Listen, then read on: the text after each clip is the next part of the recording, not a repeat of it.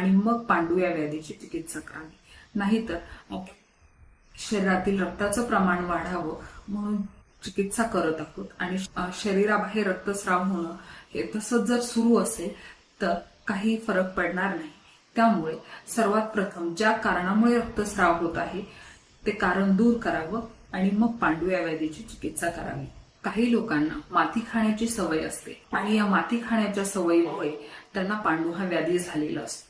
त्यामुळे माती खाण्याची सवय बंद करावी. परंतु जर ही सवय बंद होत नसेल तर त्या मातीला आयुर्वेदिक औषधांचा रसाची भावना दिली जाते. म्हणजेच कडू, खारट अशा प्रकारचे औषधी द्रव्यांनी ती माती सिद्ध केली जाते आणि ती पेशंटला खायला दिली जाते. त्यामुळे माती खाल्ल्यामुळे होणारा पांडुरोग हा कमी होतो. त्याचबरोबर त्यामध्ये औषधांची भावना दिलेली असल्यामुळे शरीरामध्ये जी दोषांची